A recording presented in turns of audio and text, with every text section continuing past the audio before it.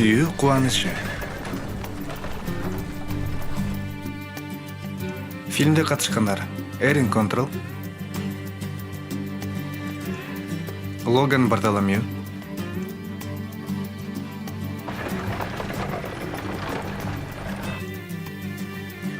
Фрэнк Макрей,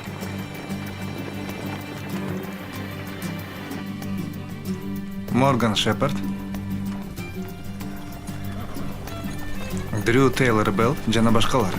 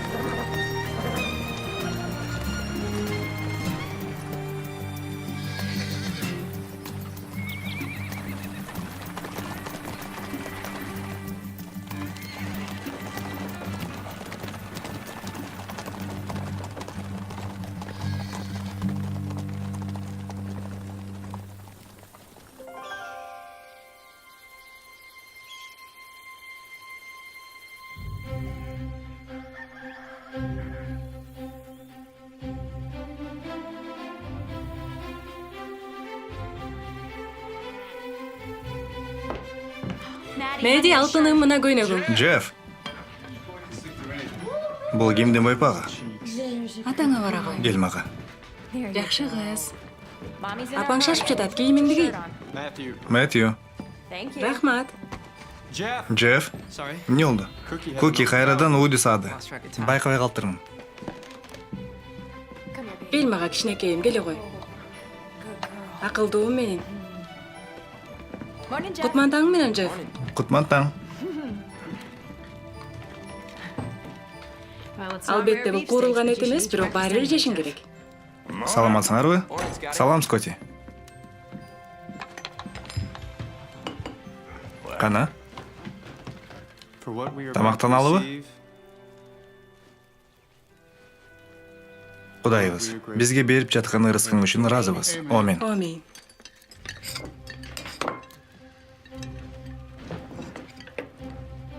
Шашпай эле койсоң болот. Сенсиз баары бир эч ким баштабайт да. Мугалим кечиксе болбойт, балдарга начар үлгү көрсөткүм келбейт. Куйки алып тура аласыңбы? Албетте. Келе кой татынакайым. Мына ушундай. Экөөбүз эртелейли. Уйларды түштүктөгү булунга айдап барышыбыз керек. Макул. Мейли анда Меди, Куккини ук, макулбу? Ооба, апаке. Жакшы бала бол, ал айтканды уктайсың. Тентек кылба. Көрүшкөнчө. Мисси? Эмне болду? Мен бир нерсени унутуп калдымбы? Жок. Жөн гана сага ийгиликтүү күн каалайын дегем. Рахмат. Сенин да күнүң жакшы өтсүн. Чоң рахмат. Дагы бир нерсе айтайын деп турасызбы, Хей мырза? Акча каражаттын айынан иштегенге мажбур болуп жатканың үчүн оңтойсуз болуп жатам. Кургакчылыкты, малдардын оорусун эске албаганда бардыгы жайында болот деп ойлойм. Бардык нерсе Кудайга маалым. Бел андан гана үмүттөнөбүз. Туура айтасың. Билем. Мен жөнөшүм керек. Антпесе Стедворченк башка мугалим издеп баштайт. Мен сени сүйөм.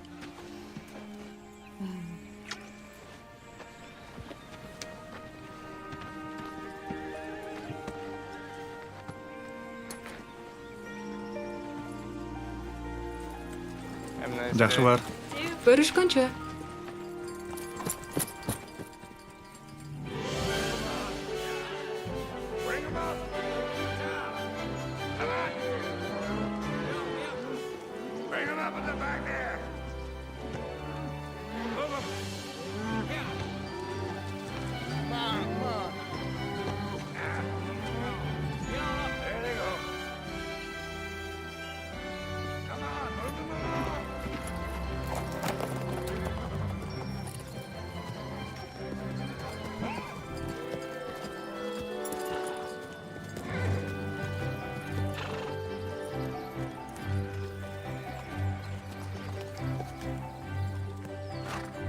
Скотти, Джефф.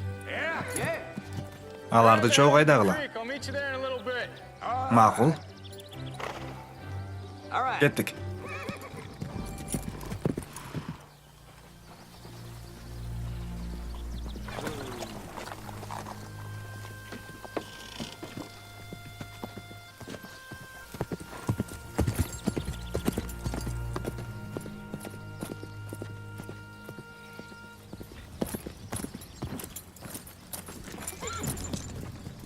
Саламатсызбы, Лахей мырза?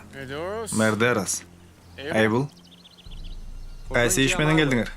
Ишке өтүңүз деңизчи. Сэм, мага да аш сөз жакпайт. Айбул, ошол себептен бул адам бизге керек. Ар дайым иш тууралуу гана сүйлөйт. Жана өтө чынчыл жигит. Мага жакшы сөз айтыш үчүн гана ушунча жол басып келдиңиз деп ойлойм. Олуттуу иш бар, Вилли. Эдфорд Жакста шериф керек. Эгерде менин оюмду билгиңиз келсе, мен сиз менен толук макулмун. Мен ал орунду сизге сунуштайын деп келдим. Мен мыйзам тарабында тажрыйбам жок дарыз. Вилли, менин сөзүмө көңүл койсоң, ар бир иштин артыкчылыгы бар.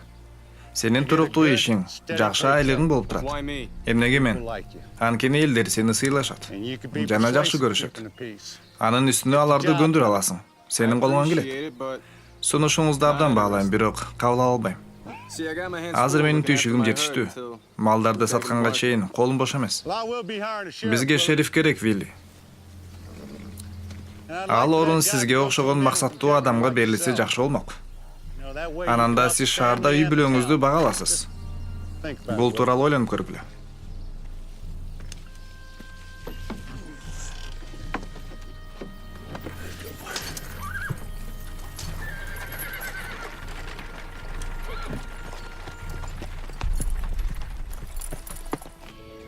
Балдар жана кыздар. Силерге жакшы кабарым бар. Бир адам биздин класска урнулган, бирок жаңы эле китептерди берди. Ооба эни. Аларды өзүңүзгө алсак болобу? Бардыгыңар окуу жылы аяктаганга чейин китепти өзүңөргө алсаңар болот. Мага таратышып коесуңбу?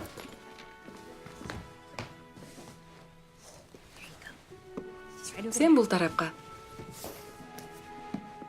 Эми, китебиңерди ачып, биринчи барагына өзүңөрдүн ысымыңарды жазып койгула. Карандаш менен жакшы кылып жазгыла. Лахей айым, Эмне болду?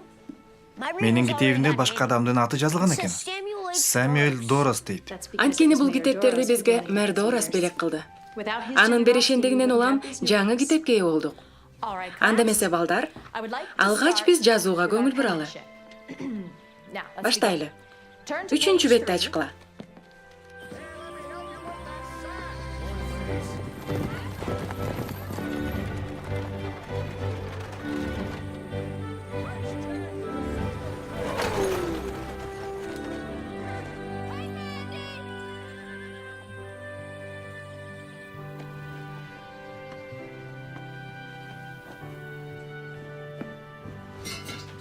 Качан келишет?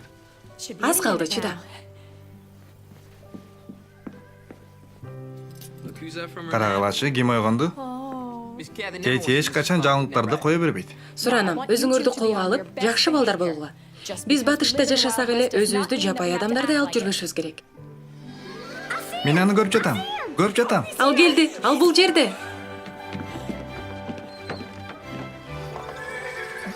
Ата!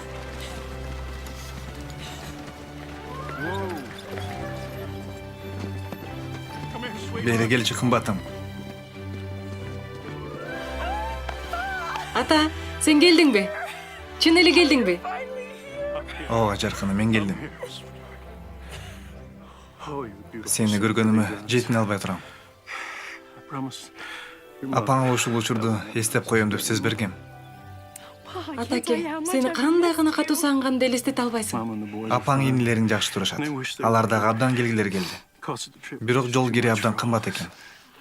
Мен дагыларды абдан көргүм келип жатат. Бирок кийинкиге калтырбай келгениң үчүн кубанычтамын. Мен сага бул ирет сөзсүз барышым керек деп чечтим. Апаң да колдоду. Жолумду Кудай ачып жатканын ачык көрдүк. Анткени капсан эле бардыгы чечилип, ордуна туруп калды.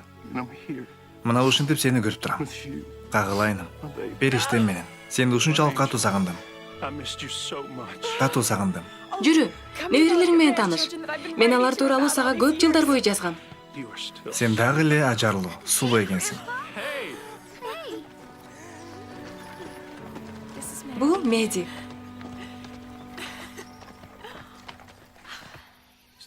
Дилижанс аркылуу жол жүрүү абдан оор болду.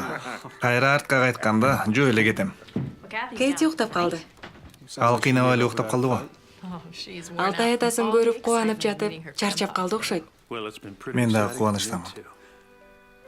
Көңүлүм толуп турат. Миссинин каты аркылуу Марти экөөбүз баардыгыңарды таанып калдык. Бирок эми силерди көзмө көз көрүп отурганыма кубанычтамын. Силер кеткенде биз абдан санаркап тынчсыздандык. Силерге деле оңой болгон жок, бирок Кудай ар дайым биз менен. Өзгөчө акыркы 2 жыл бардык аймактагы адамдар оор болду. Жаан жабай кургакчылык болуп, ал эми малдар кырылып, баарынын үрөйүн учурду. Кудайга даңк, мага мугалимдик жумушта болуп калып, тамак ашыбыздан өксү болгон жокпуз. Азыр жазга чейин чыдасак, жазында малдарды сатабыз деп турабыз. Ошол себептен жерге жамгыр жаасын деп сыйынып туруңуздар. Мен өзүм бул тууралуу сыйынам. Ал эми бүгүн силер менен жүз көрүшүп отурганыма бакталуумун.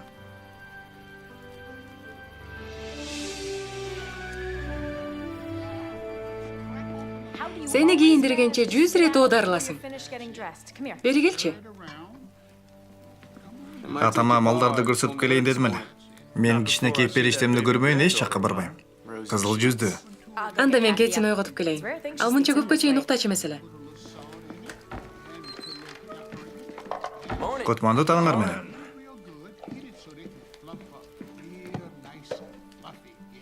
Вилли! Вилли! Эмне болду? Ал дем албай жатат. Кэти? Вилли, ал дем албай жатат. Кэти? Кудайым-ай. Кудайым сактай көр, Вилли. Кэти? Эңирим, жаратканым. Кэти, көзүңдү ач. Кэти, суранам, көзүңдү аччы. Эмне болду? Кэти, суранам. Кэти, суранам. Бери кел, балам.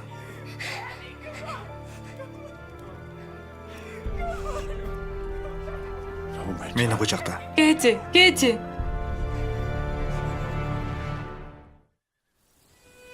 Кайгы бизди чөгөрөт.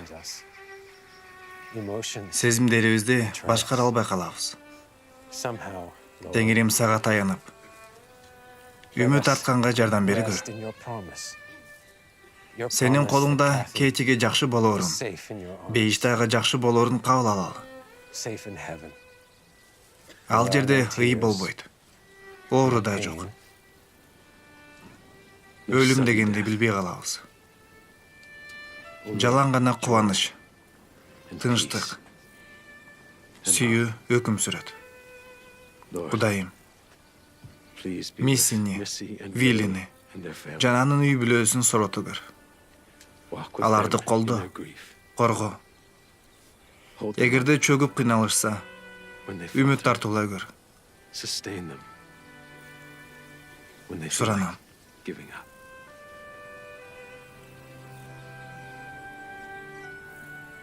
Амен.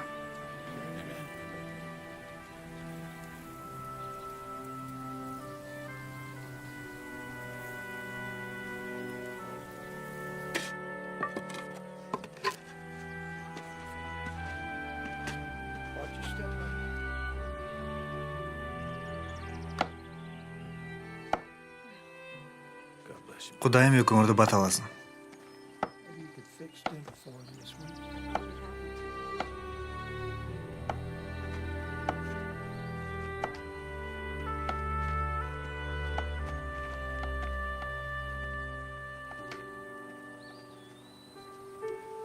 Бар жайында Вилли.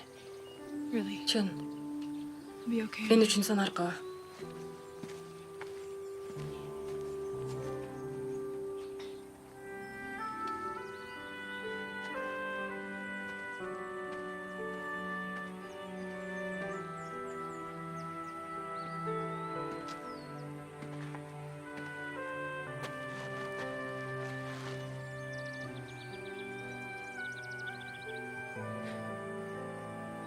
Соня, ал жерде кетеге кам көрчү.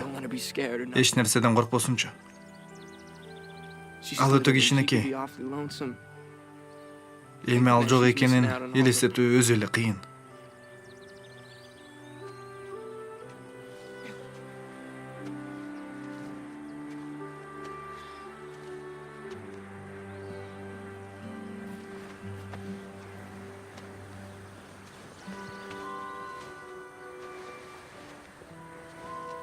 Мен Колидорасмын.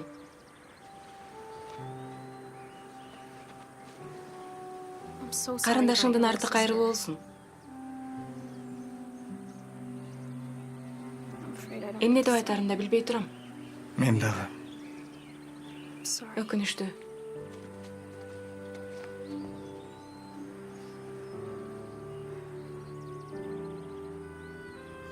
Кайраттаныңыз, Дэвис мырза. Абдан чоң жоготуу, өкүнүштүү. Кайраттаныңыз. Чоң рахмат. Кандай сүйүктүү. Дэвис мырза, бул менин кызым Колин. Бул Дэвис мырза. Лахи айымдын атасы. Кичинекей Кетинин таятасы. Кайраттаныңыздар. Рахмат. Кудай күч берсин. Рахмат. Колин каникулга келген. Чыгыштан Биллингтондо жогорку класста окуп жатат. Абдан жакшы окуйт. Кызлар атасынын жүрөгүн оңой эле жаралашат. Өзлөрү байкабай эле жаралашат.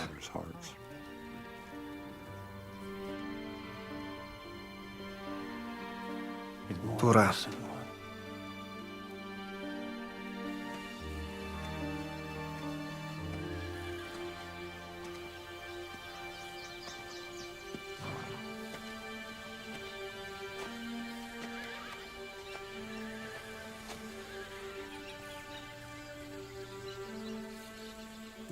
Сен туура айттың. Жакшы. Таң калыштуу.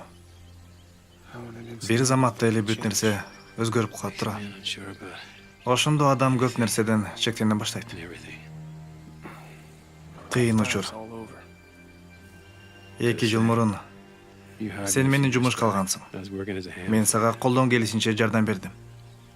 Ошоңдо өзүңдүн мал чарбаңды куруу жеңил сезилчү. Ал эми азыр мен үйлөнүп,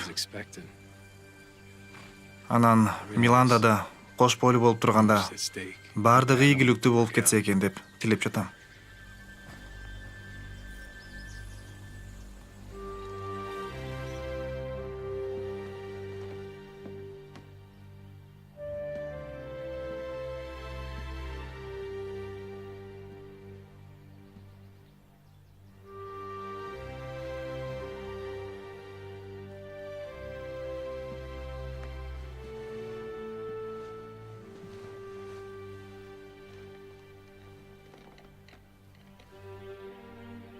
Мен аны күндөгүдөй кадимкидей эле уктаткам. Анан өзүм жатарды да жакын келип карагам. Жакшынакай эле уктап жаткан. Бир эртең менен ойготоюн деп келгенде, ал дем албай, кыймылсыз жатыптыр. Дем албай калыптыр. Мен ар дайым анын ден соолукта болуусун, ар дайым коргончу астында болушун каалагам.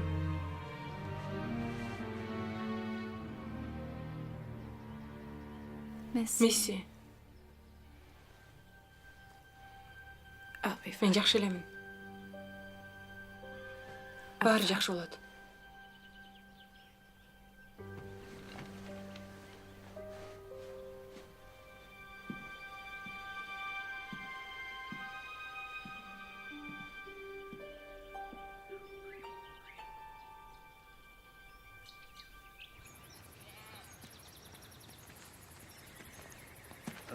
Чогулушта абдан жакшы алып бардың, Генри.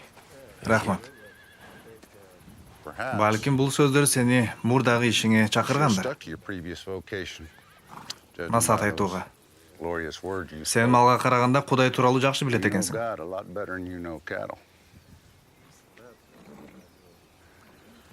Бул ат аялыма атасы белекке берген.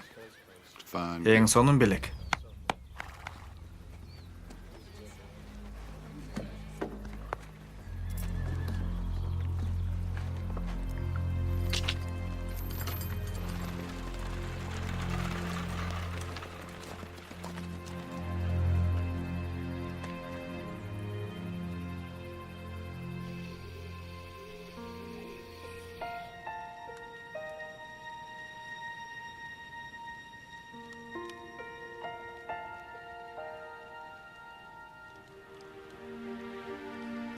Кейти кайда?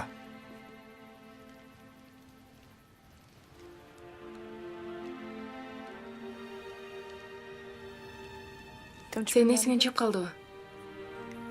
Биз сага алып бериштер менен дебедик беле? Асмандабы? Ооба, алтыным. Эмнеге? Мен билбейм.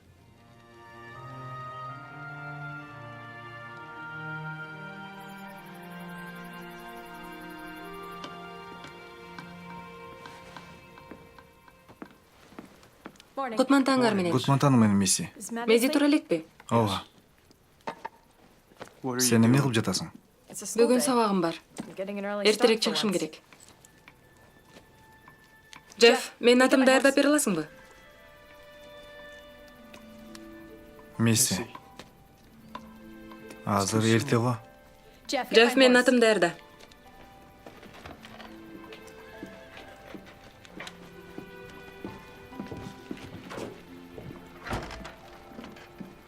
Мисси. Баары жайында болот. Азырынча жумушка чыкпай турушуң керек. Мен чечтим. Бизге акча керек. Иштешибиз керек. Куки, Мезини карап тура аласыңбы? Албетте карайм. Бешикти жана башка кийимдерди чатырга алып чыгып кой.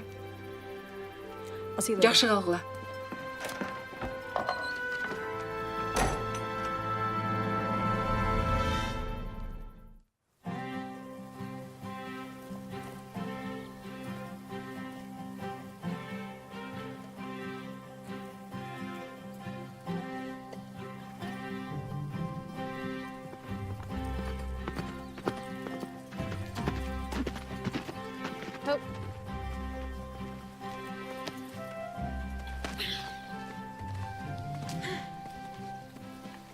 Салам. Сен бул жерде жалгызсыңбы? Мага ушундай жагат. Иштеп жатканда ойлонууга жакшы мүмкүнчүлүк болот. Акит? Менимче, Мелвиндин эң мыкты чыгармаларынын бири. Ооба. Исмаил жана анын киттер менен болгон саякаты. Авторлор тууралуу айта турган болсок, мен Диккенсти жактырам. Айтмакчы, азыр анын Улуу үмүт аттуу чыгармасын окуп жатам. Кечки туман жогору көтөрүлүп, айдын жарык шооласынан чөмүлгөн кең талаалар алдыбызга төшөлүп, алыс сапарга жол салып экөөбүздүн алдыдагы сезе турган сагынычыбызды кабарлап турду. Бул акыркы саптар. Сенин кызыгууңду тараткым келбейт. Өзүң окуп аласың.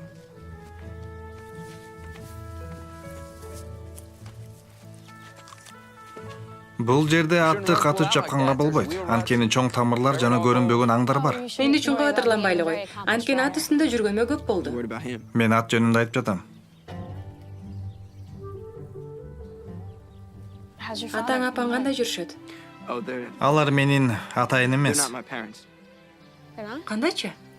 Алар мени 11 жашымда бага алышкан. Агам Сони каза болгондон кийин мен алар менен жашап калдым. Кечирип кой. Бул ат мага тааныш учурайт. Абдан жагымдуу ат, туурабы? Атам жаңы эле сатып берди. Эртең минип көргүң келеби? Эмне? Ооба, балким. Абдан жакшы.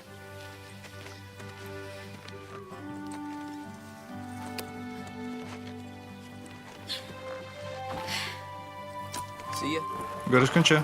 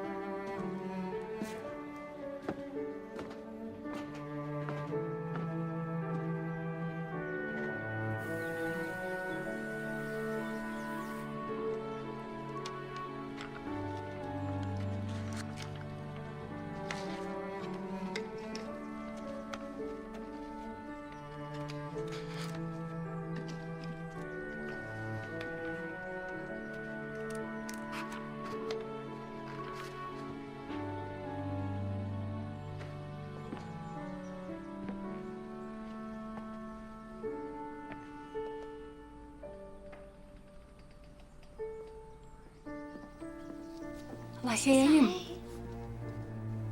Laheyayım. Ne oldu? Siz menin süretimde unutup kaldınız. Geçirip koy.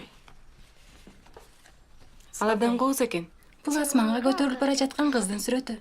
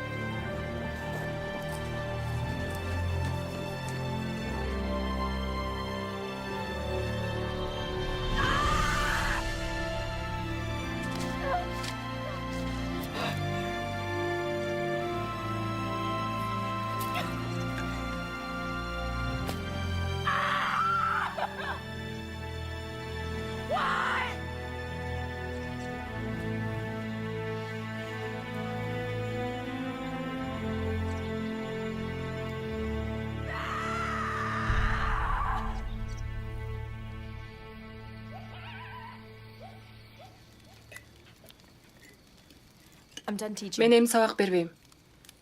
Бүгүн аракет кылдым. Бирок эми бара албайм.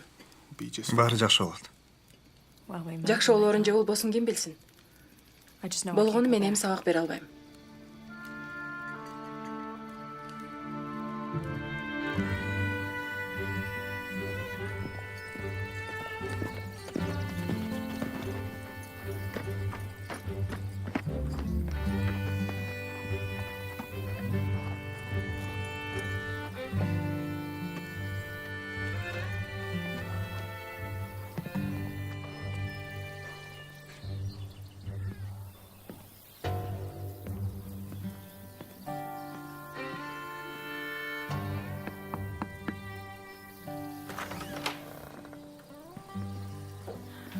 Эйбл, ким экен?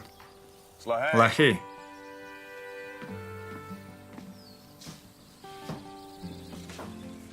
Вилли. Мен шерифтин жумушу тууралуу сүйлөшөйүн деп келдим. Албетте. Кир, сүйлөшөлү.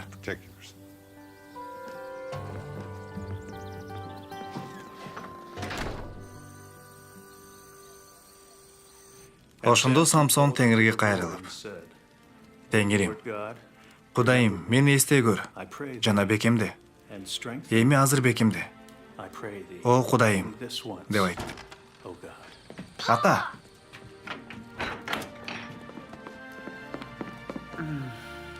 Кандай кичинекей. Ата, сен мени азыр тунчултуп саласың.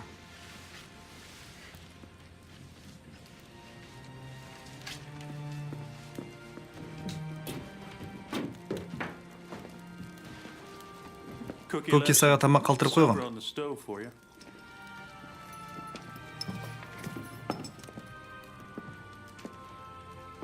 Мэр Дорас мага бүгүн жумуш сунуштады. Кандай жумуш? Аларга шериф керек экен. Биз бул тууралуу сүйлөшкөн эмес элек го. Ооба, бирок бизге мал жаңды камсыз кылганга акча керек. Анда малдарды ким карайт? Скотти.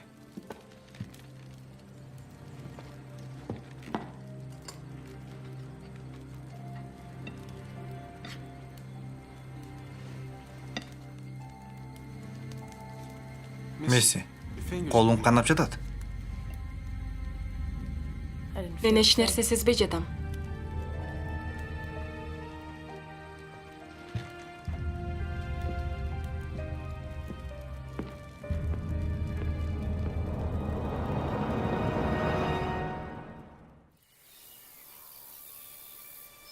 Вильям Лахей, сізге Кемфорд Данштың шерифи қатары көптөгөн ар тараптуу милдеттер тапшырылат. Алтынчтыкты сактоо, иреттүүлүк, кылмыш иштери менен күрөшүү, соттогу калыстыкка, сот иштеринин функцияларына көз салуу, административдүү иштерди тейлөө. Сиз бул милдеттерди так жана чынчыл аткарам деп ант бересизби? Ант берем. Мен сиздин антыңызды кабыл алдым. Менин куттуктоомду кабыл алыңыз, шериф Лахей.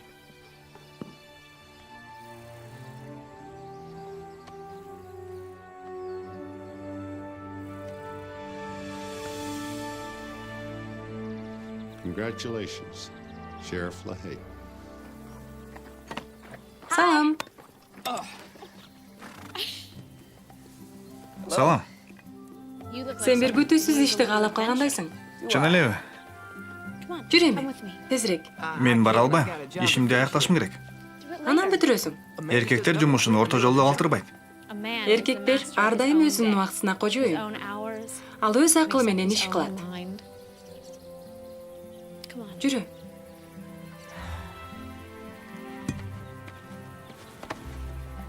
Кеттик.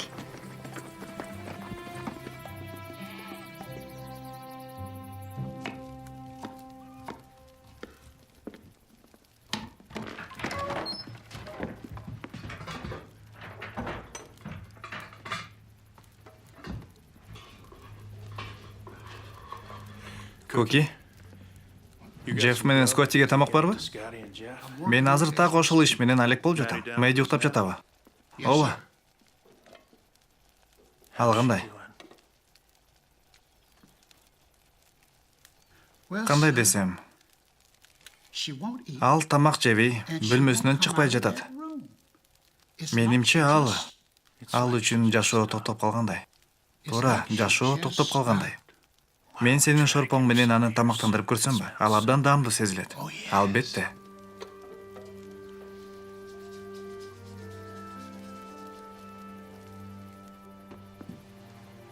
Месси?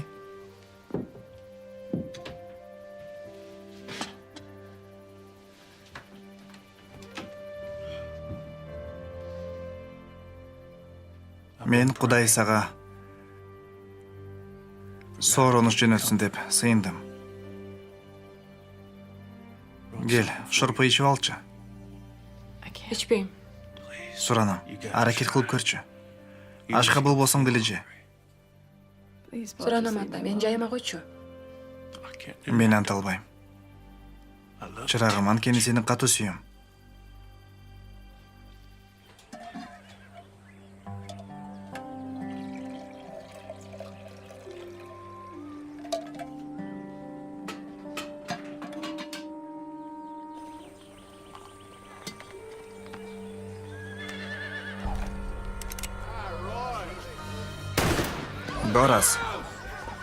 Дорас, бери чык. Дорас, сен адам эмессиң. Чык бияка.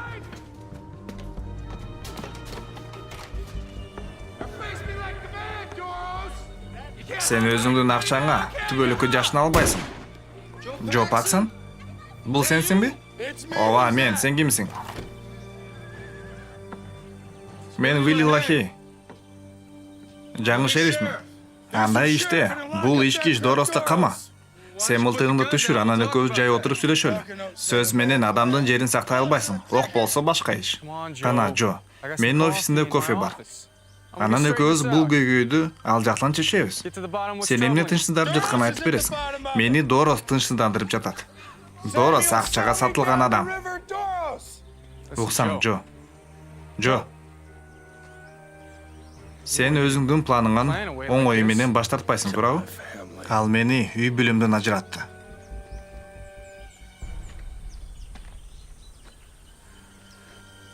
Сен мага жардам бересиңби, Лахей? Ооба, мен сага жардам берем. Офиске баралы, ишине кофе ичип, эс алып алсаң, баары жакшы болот. Баары жакшы болот. Шаарда бир начар адамың калыптыр. Шырпы муздап калат. Өзүңдүкүн бербейт экенсиң.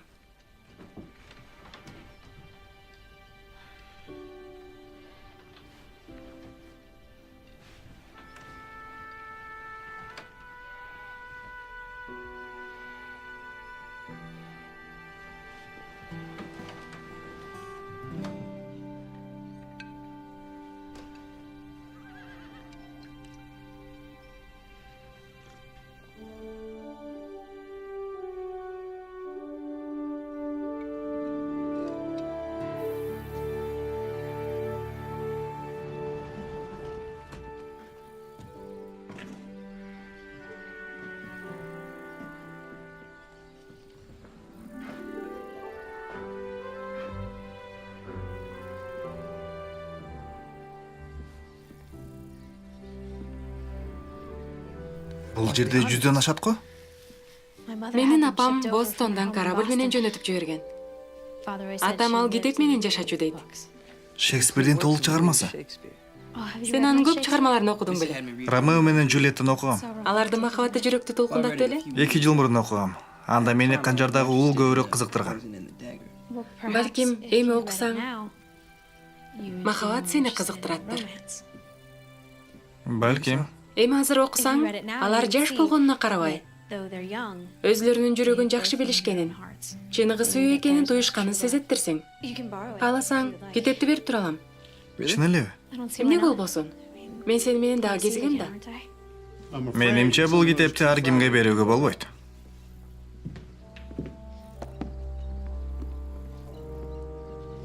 Биз Джефф экөөбүз ат чаап жүрүп, ага китепкананы көрсөтөйүн деп кирип калдык. Мен жашоомдо мындай кереметти көргөн эмесмин. Көрүп турганыңдай, бул жер менин иштөөчү бөлмөм. Жана мени көп жумуш күтүп турат. Ата, суранам. Мен дагы 1-2 китепти көрсөтөйүн дедим эле. Ал мүмкүн эмес, Колет. Ата, суранам. Бар жайында. Сен атаң иштеши керек. Жакшы калыңыз. Жакшы бар.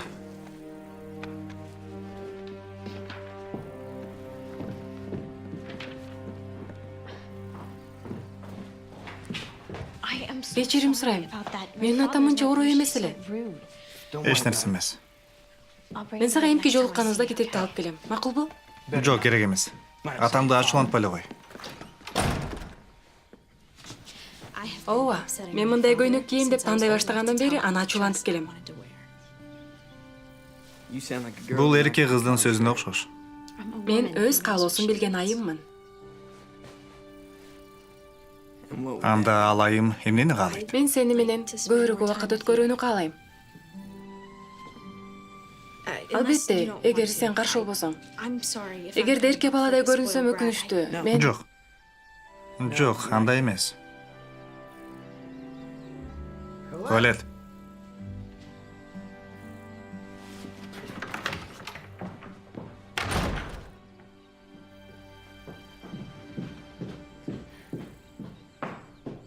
Кел, отур. Суранам. Сен бейтааныш адамдар менен убакыт өткөрө турган адат тапкансыңбы? аны бейтааныш деп айтууга болбойт. Мен аны менен Лахейлердикине сени менен барганда таанышкам. Ошондон бери силер жолугуп турасыңарбы? Биз 1-2 жолу кезиктик. Ушундай адамдар менен убакыт өткөргүдөй. Эмне, үйдө зээригип жатасыңбы?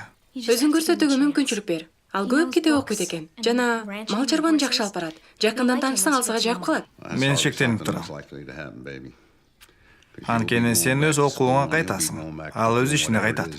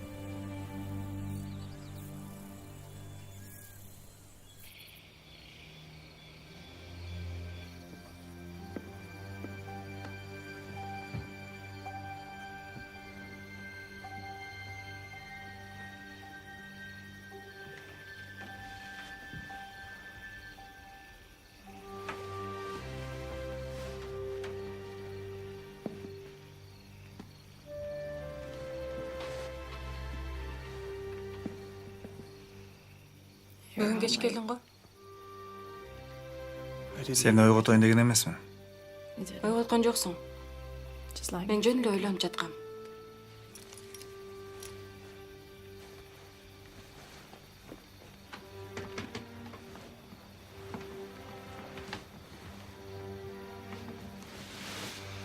Вилли,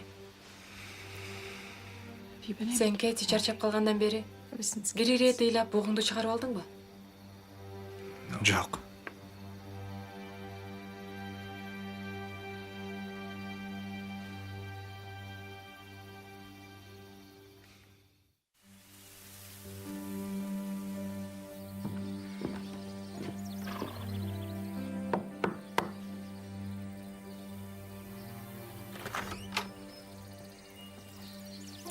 Келіңіз, шериф. Дорос мырза күтіп жатады.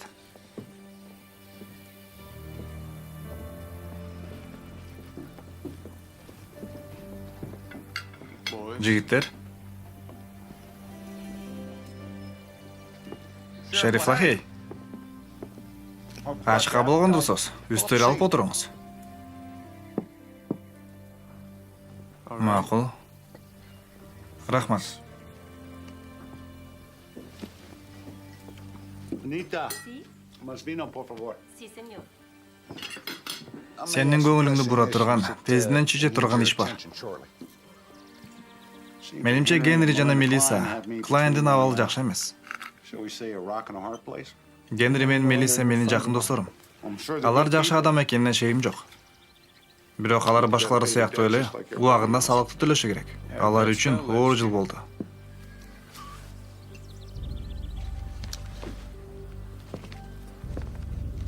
Мага Клайн көп суммадагы акча карыз. Алар жерди жана шаймандарды колдонушту, бирок бир нече ирет төлөшкөн жок. Алар канча карыз болду? Абдан көп. Ал менден кутулушу керек. Антпесе жерин калтырып чыгарууга сиз мажбур болосуз. Джо Паксан кошоппу? Ал окуяны уктум. Алар кеч. Начар адам. Ал адам баарынан айрылган. Аялы менен кызын дагы кетирүүгө аргасыз болгон. Анткени аларды бага албайт эле. Билесизби, мен бала кезимде ашкачылыктын заарын тарткам. Ал эми тамактанууга мүмкүнчүлүк болгондо баары бир деле толук кандуу ырахат алчу эмесмин. Анткени эмкиде мындай тамак жей албай калсамчы деп кооптончумун. Мунун баары атамдын алсыздыгынын айынан болчу. Ал көп нерсеге ээ болгон, бирок колунда болгонун тарттырып жиберчү. Ал эми мен атамдай эмесмин, Лахи. Бирок сиз бул аймакта эң эле чоң үйдө жашайт эмессиз. Жакырчылыкка түшүп калуу оңой эле. Ал ар дайым мүмкүн. Бирок кайра жакыр болбошум үчүн Парксон сыяктууларды жерден кууп чыгышым керек болсо, мен ага барам. Мени ар кимдин тоношуна жол бербейм. Бизге ар дайым тандоого туура келет. Бардыгыбызга. Мисалы сизди алсак, Лахи. Өзүңүздүн үй бүлөңүздү багыш үчүн сиз шериф болууну чечтиңиз. Ал эми Джо Парксон ал башка бирөөнүн каражаты менен мал багууну чечти. Эмне? Так ушундай. Түрмөгө барганда Парксонго бул эт үчүн ыраазычылык айтып койсоңуз болот. Бул тамак үчүн ага рахмат.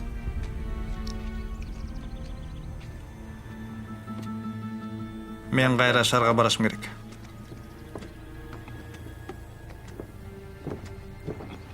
Шериф. Сиз эч нерсе унуткан жоксузбу?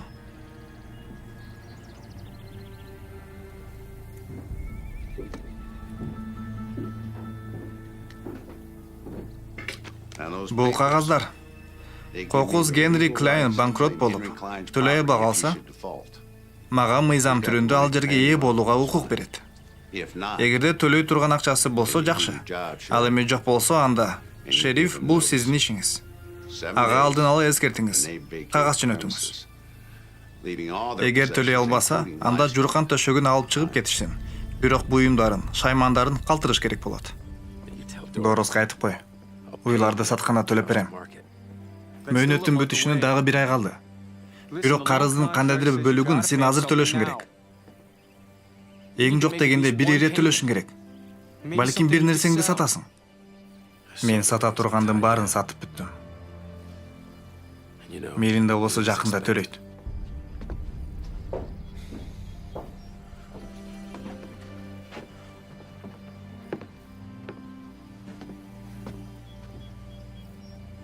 Абалың оор экенин мага эмне үчүн эрте айткан жоксуң? Балким керемет болуп кетеби дедим. Дора сени жөн койбойт. Генри, ал сенин жериңди алып коет. Мен өлгөндөн кийин. Сен мынтип аны менен күрөшө албайсың. Мыйзам боюнча сенде 7 гана күн калды. Андан кийин мен сени үйүңөн чыгарышым керек болот.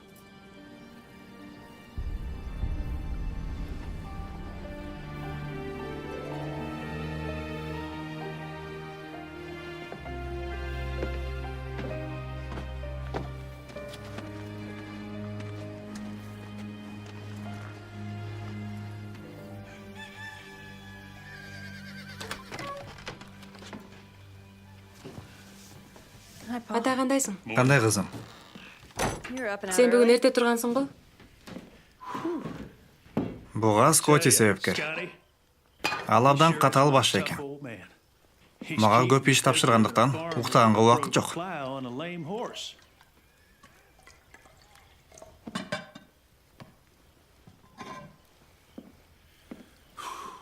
Сен өзүң кандайсың? Аракет кылып жатам, ата. Үстүбүзгө кара булут туруп калгандай сезим болуп жатат. Андан чыга албачудайбыз. Ошол сезим шектенүүгө түртүп, ишенимди солкулдатып жатат. Менин оюмча, Вилли экөөбүз дагы бири-бирибизден алыстап бара жаткандайбыз. Баласын жоготуу. Ар бир ата эне үчүн чоң кайгы. Болгону ал булут көпкө турушуна жол бербеш керек. Ага бактыңды уурдатпашың керек. Жүрөгүңө ачууну толтурушуна жол бербе. Ал сага жалган кептерди, чындык катары шыбырайт. Ал жакын адамдарың менен ажыратууну каалайт. Сен билесиң ба? Вилли экөөңөр үйгө кайтсаңар, биз ар дайым силерди кабыл алууга даярбыз. We will do everything in our power to make sure you get a fresh start. Рахмат, ата.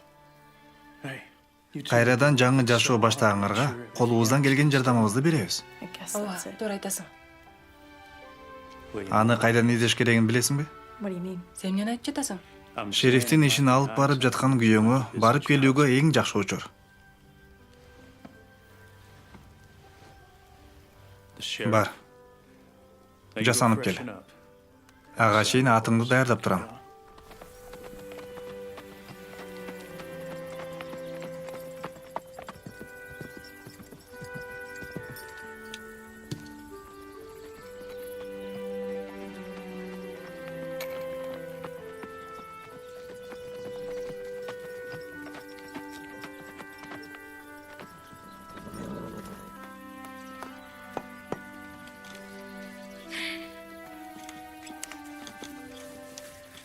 Мен азыр бара албайм, Колет.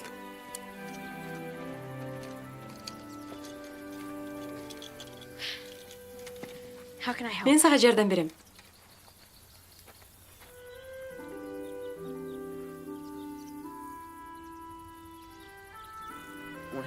Анда балка менен мыкты берип кое аласың да.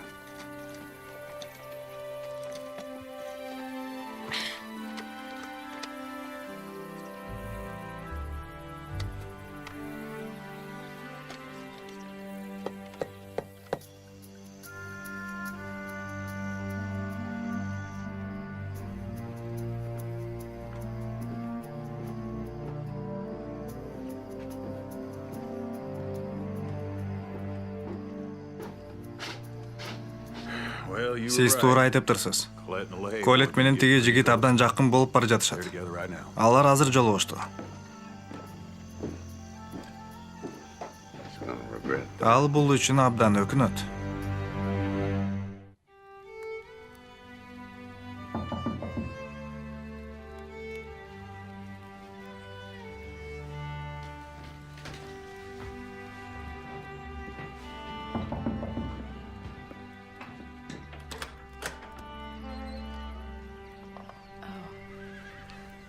Кандай? Мен тоскоол болгон жокмунбу? Эгер бошобой жатсаң, андан аныраак келем. Жок, мен сени көргөнүмө кубанычтамын, Мелинда, кел.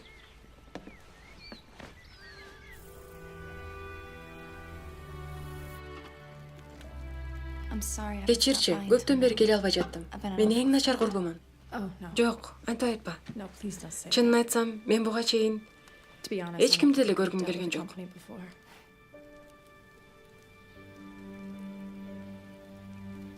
Генри жана кичинекейиң кандай жүрүшөт?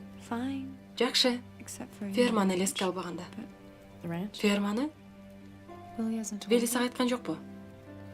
Ал шериф болгондон бери аны көрбөй деле калдым. Эрте кетип кеч келет. Сен билген жок белең? Ал өткөндө бизге келген. Эмне болду, Мелинда?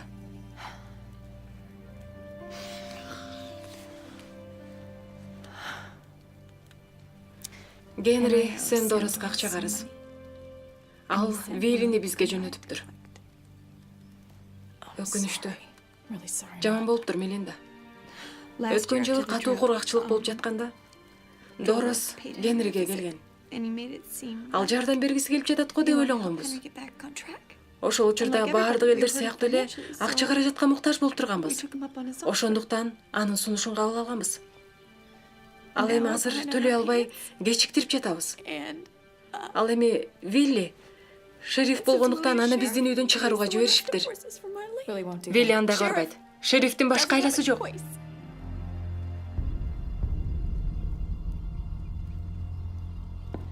Генри менен Мелинда убагында төлөй албай калса эмне болот? Ал Джо Паркса менен жана башкалар менен кылгандай кылат. Жерин тартып алат.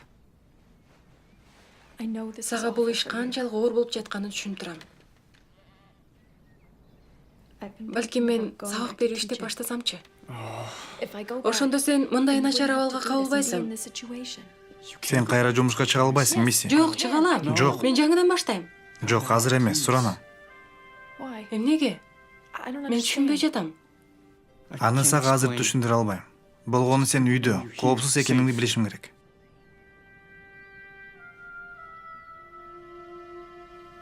Мен калайын, Вилли. Макул. Сен бул тууралуу сыйындыңбы? Жок, болбой жатат. Жогу сыйынбайлыбы?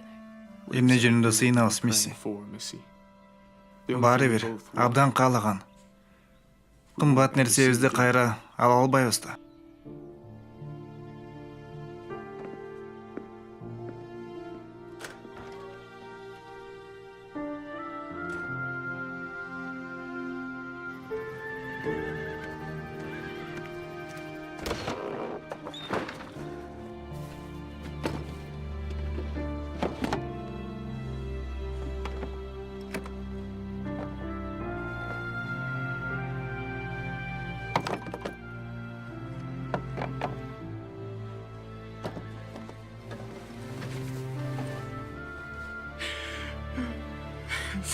Кудайым, суранам.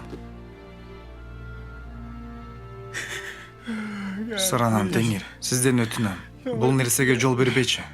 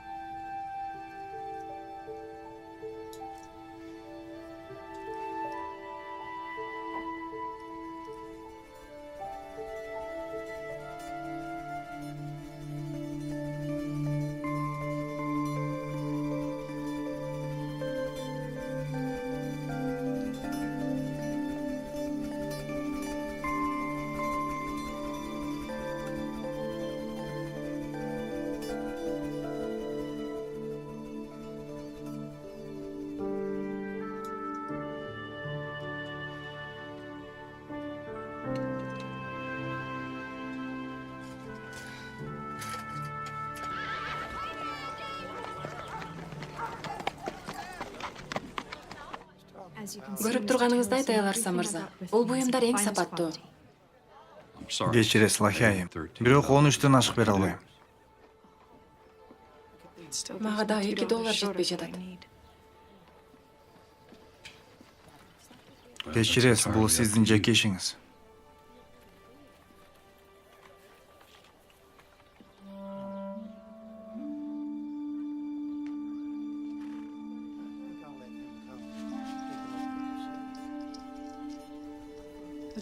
Ал эми бул үчүн $2 бере аласызбы?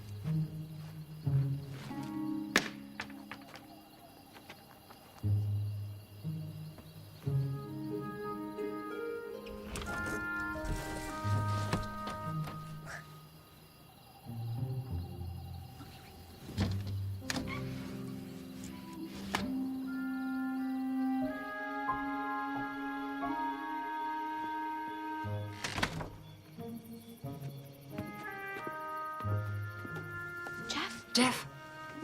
Джефф. Джефф. Джефф. Бул жакта эмне кылып жүрөсүң, Джефф? Мен сени менен сүйлөшөндү экем. Айдын жарыгында сейилдеп келүүгө кандай карайсың? Бул сөздү айтасың деп күткөм.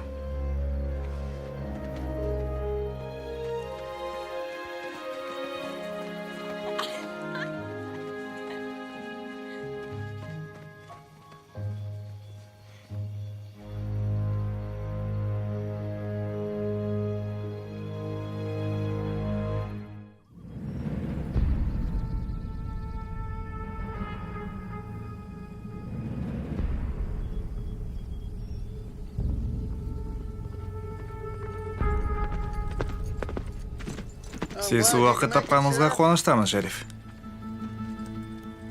Биз экөөбүз тең өз жерибизде турабыз деп ойлоп жатабыз. Генри, сен бул күн келерин билгенсиң да. Буюмдарыңды чогултуп коюшуң керек эле. Мен эч жакка кетпейм. Эми бир күн кечке бул жерде жүрөбүзбү? Бул сенин жумушуң экенин билем. Менимче Клайн мырза экөөбүздүн буюкка такалдыгы окшойт. Эйбл.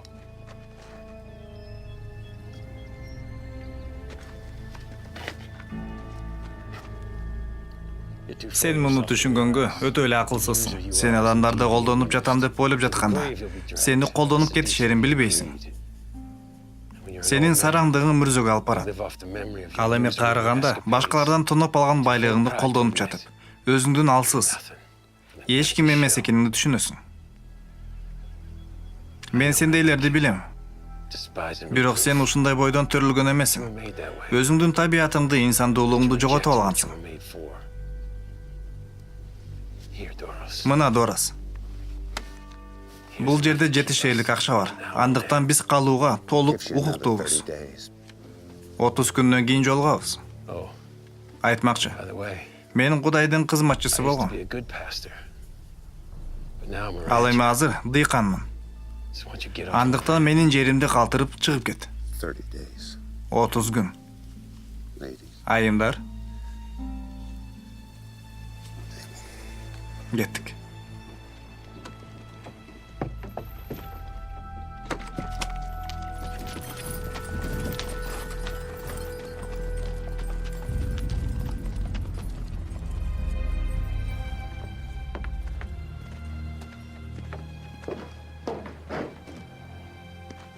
Сен жакшы элесиңби? Мен муну кылууга аргасыз болмокмун, Мисси. Билем. Мен үйгө барасыңбы? Кайра шаарга барышым керек.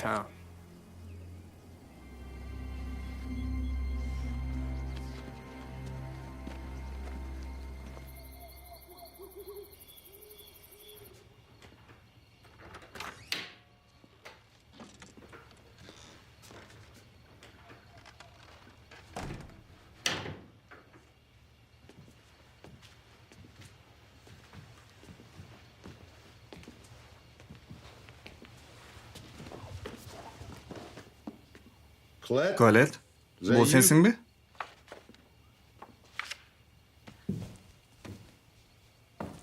Кандайсыз ата? Қандай? Сен қайда жүрдің? Мында эле ат чаап жүрдүм. Жалғыз ба? 2 күндөн кийин кыздардын чөйрөсүнө мектебиме кайтам. Андыктан мен жалгыз болууну каалап жатам. Түшүнүктүү. Эгерде башка суроң жок болсо мен бөлмөмө барып кийимди кыдырам. Дагы бир сөзүм бар. Абийирим тынч албай жатат. Сага берген ат тууралуу айтып жатам. Клайндардан алган атыңдыбы? Ооба. Бул тууралуу мен акыркы күндөрү ой жүгүрттүм. Менимче аны кайрып берсек туура болот го дейм. Албетте, ата, жакшы болот. Бирок аны кантип кайрып берсем деп ойлонуп жатам. Жөн эле берип кой. Мен бизнесменмин, Колет. Анан да менин кадыр баркым бар. Мен алсыздык кыла албайм. Сен досуңа берип койсоң, ал клайендарга жеткирип койсо, жакшы болот беле деп ойлоп жатам. Анан бул менин чечимим экенин Мен эч кимге айтпайм. Рахмат, ата. Сен туура иш кылып жатасың. билем.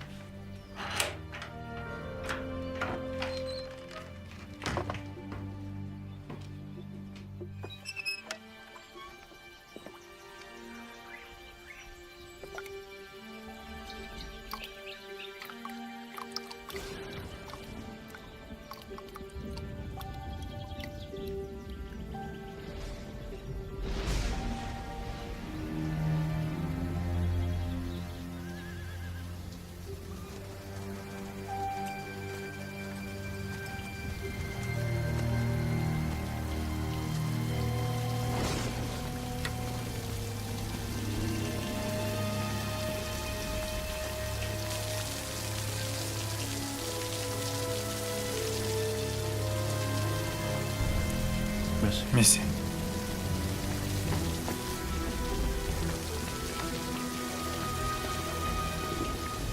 Мисси. Мисси.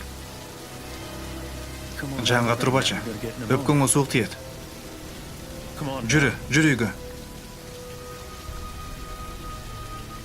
Жүрү кой, кеттик. Жок, ата. Жок, ата, кое берчи мени, кое бер. Бас. Кириш керек. Суранам, кое берчи. Мен жаандын ар бир тамчысын сезип жатам. Эмне үчүн менин кызым чарчап калды? Мен түшүнбөй жатам.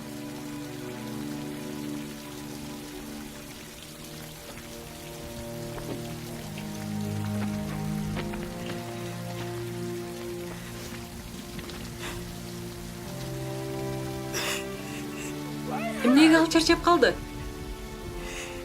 Түшүнбөй элем. Биз көп нерсени түшүнө албайбыз. Мен аны толук таанып бере элек болчумун. Ал жөн гана кичинекей периште болчу. Билем. Мен эми эмне кылышымды билбей турам.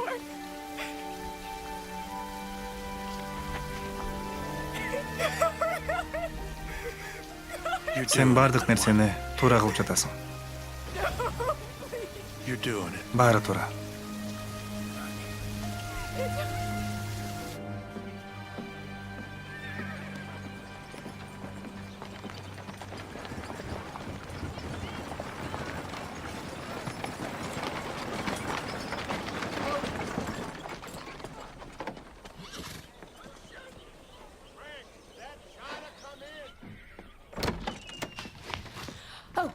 Мисси? Сени шаарга келесиң деп ойлоп турмун. Мен өзім да таң қалып жатам. Сен қаршы болбойсың бу? Жоқ, албетте жоқ. It's fine.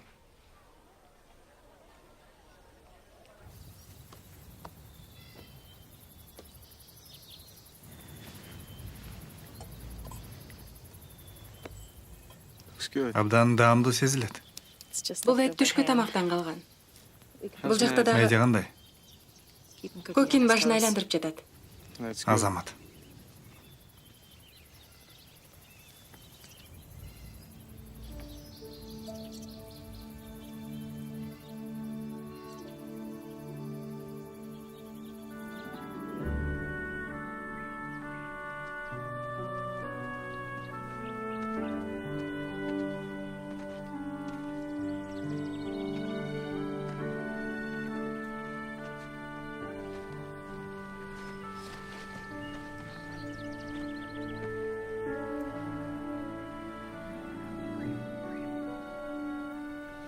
Кудайым, For the time that we кызыбыз had биз her, менен болгон ар бир убактысы үчүн ыраазыбыз.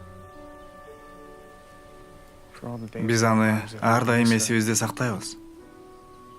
we ask that your Сенин сүйүң love helps ease жүрөгүбүздөгү кайгыны жеңилдетсинчи. Amen. Амин. Амин.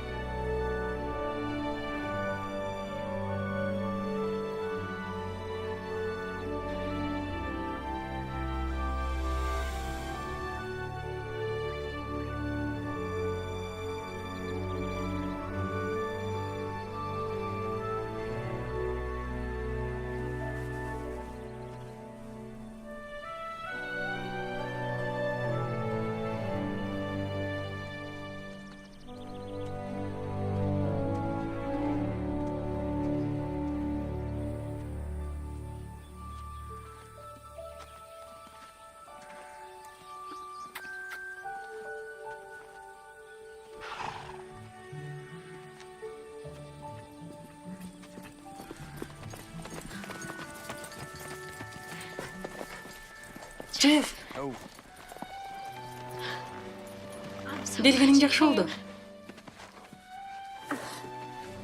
Мен коштошууга келеримди билгенсиң да. Бир аз убакытка эле коштошобуз. Мен сени сагынам. Сен дагы. Айтмакчы, мен сага бир нерсе алып келдим. Эмнени? Тактап айтканда эки нерсе. Бул жөн эле белек эмес. Анткени буларды сен өзүңө калтыра албайсың.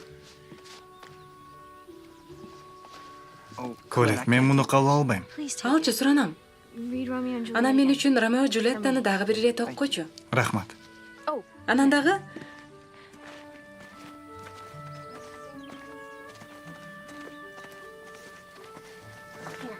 мына, сен менин атымды алып Клайндарга берип коюшуңду өтүнөм.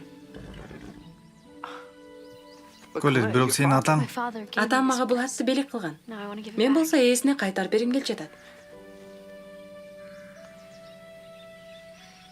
Мен жөнөшүм керек.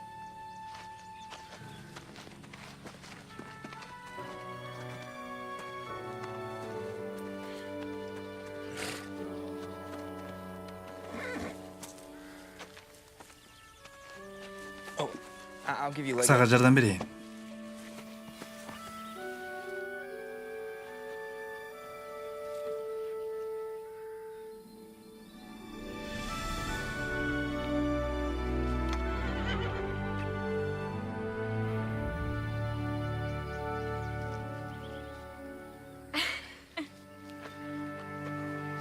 Мейли.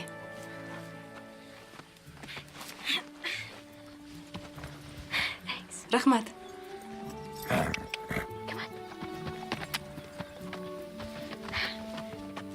Мага кат жазып тур.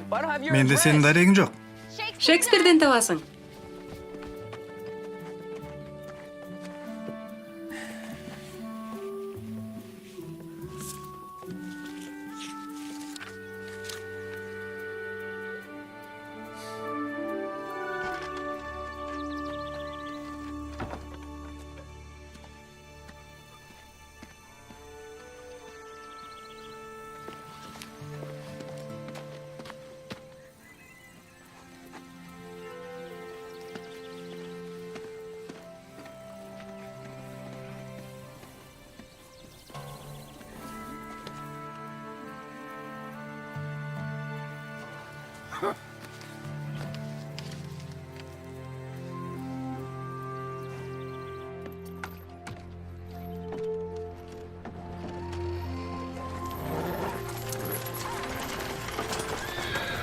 Көрүшкөнчө ата. 1-2 айдан кийин жолугабыз.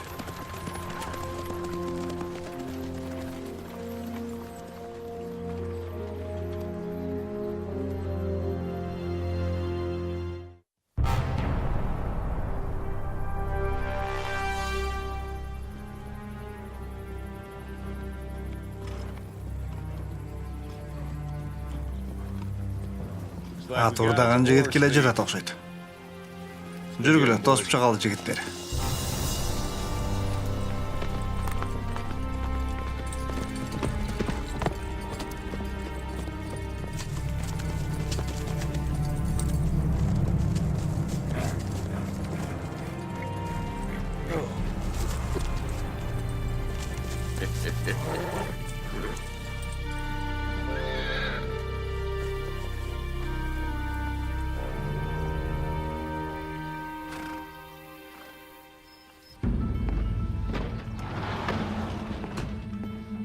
Тур.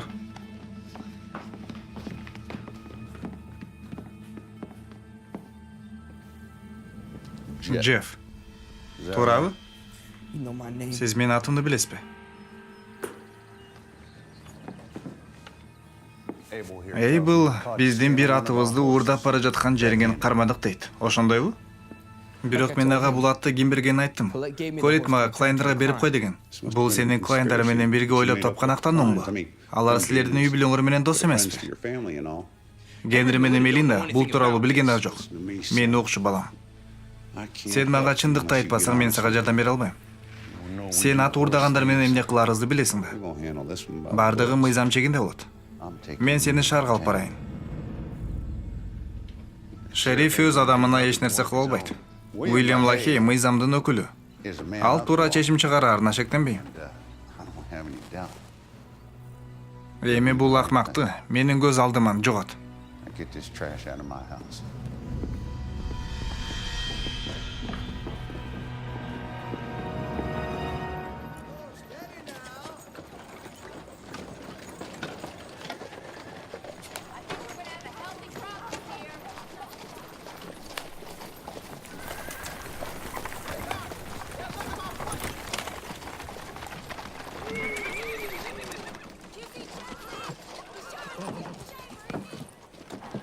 Түш.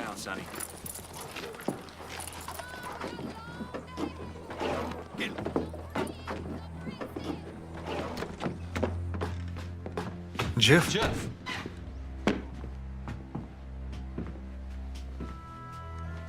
Мен сага бир кылмышкерди алып келдим. Аны жогорку сот келгенге чейин камап кой. Менин уулуман колуңду тарт.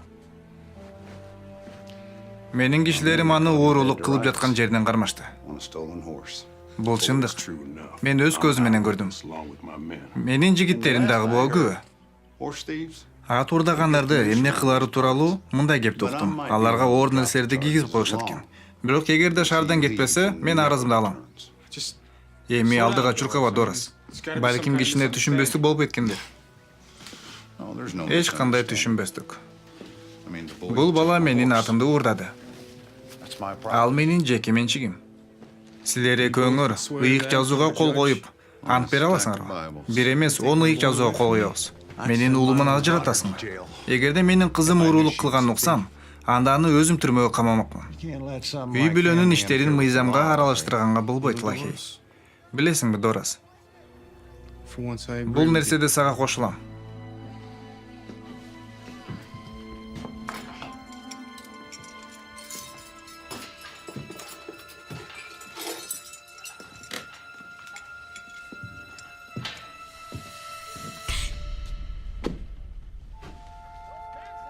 Ата, кантип ушундай ишке бардың? Колет кызым, мен сени өзүм узатпадым эле. Мен аны тосуп алдым.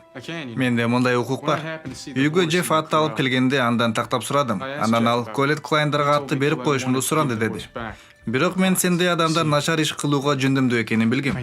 Анткени сен менин уулумду түрмөгө кармаган келгенин билдим. Ошондуктан Колетти күбө катары алып калдым. Just in case there was any Кокус келишпестик болуп кетсе деп. Ошентип мен жаман эмес, жакшы шериф болуп чыктым. Even I knew.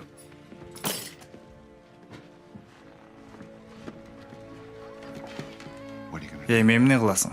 When do you Сен чын эле кызым мага каршы күбөлүк айтат деп ойлоп жатасыңбы? to testify against me?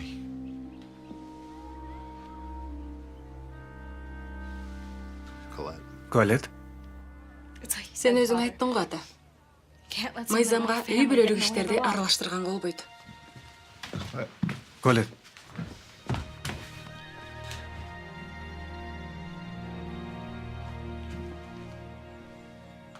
What do you want, lad? Эмне калып жатасың, Лахей?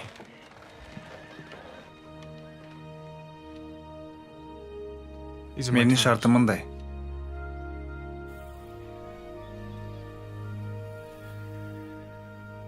Бул мага жаккан көйнөктөрдүн бири. Рахмат. I think Менимче сен бир нерсени унутуп калдың. turn around.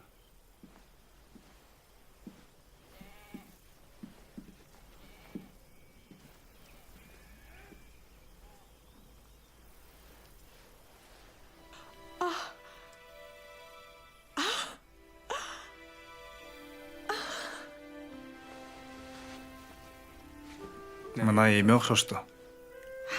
Кантип? Сен Генри менен Мелинда карыз акчасын төлөгөндөн баштап бул жасалганы тагынбай калдың. Мен жөн гана изилдеп билдим. Бирок сен Генри менен Мелиндага айткан жоксуң да, туурабы? Жок. That's still your secret. Бул дагы деле сенин сырың бойдон кала берет. Муну кантип алдың? Анткени бизде акча жок эле го.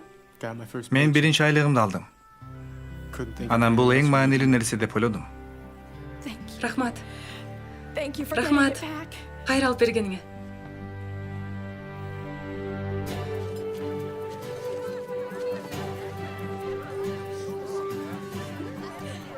Мына Коки. Рахмат. Абдан даамдуу сезилет. Кандайсың? Жакшы. Өзүң кандай, Мелинда?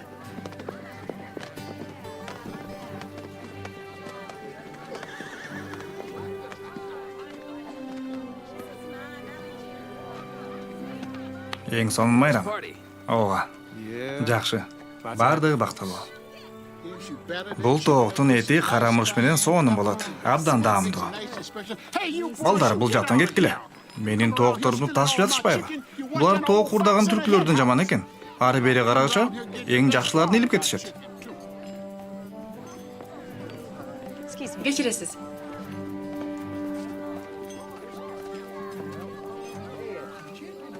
Парксан мырза, мен сизге эмне алып келип берейин?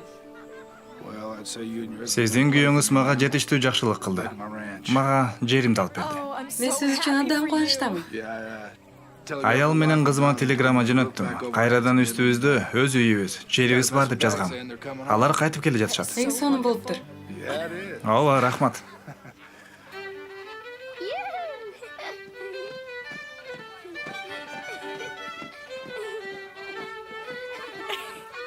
Кечириңиз, Странам. Эч нерсе эмес.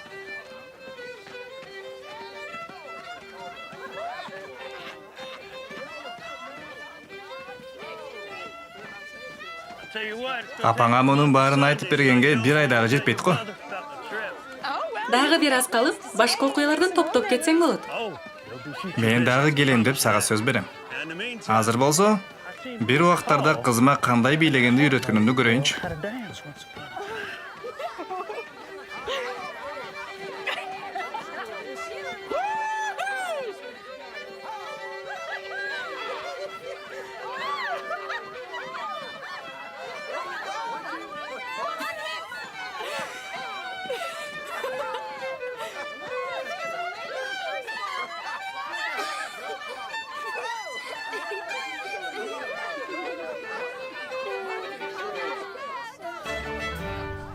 Жакшы бала бол, макулбу? Келчи мага. Come here, you. О, Жараткан, сен абдан тез чоңоюп жатасың. Ата энеңдин тилин ал. You mind your folks. Макул. Мен сени жакшы көрөм. Мен да сизди жакшы көрөм, Таята. Thank you. Жардамыңыз үчүн чоң рахмат. Биз кыйналып жатканда абдан көп жардам бердиңиз. Сен дагы бизге так ушундай кылгансың, эсиңдеби? have safe Жолуңуз trip. шыдыр болсын. You too, Жакшы кыл sister. балам. Апама салам айтып коюңуз. Сөзсүз айтам.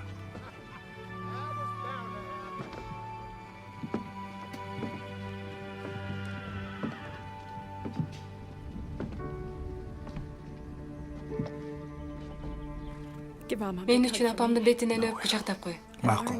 Ар неме, Ааронду дагы. Жарайт.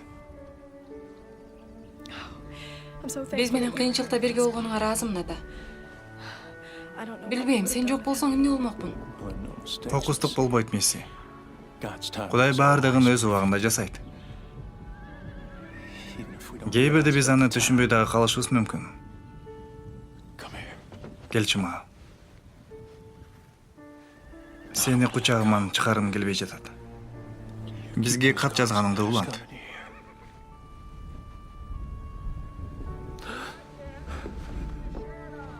Especially now that Угуп жатасыңбы? Өзгөчө азыр баары менен таанышканымдан кийин кат жазып тур.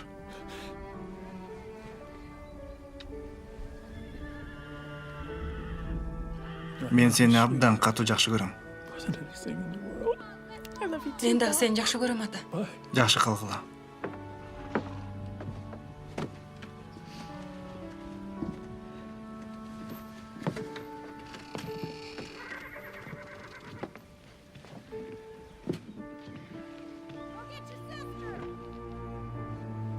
Жакшы кал кымбатым. Жакшы бар. Жакшы бар. Жакшы бар.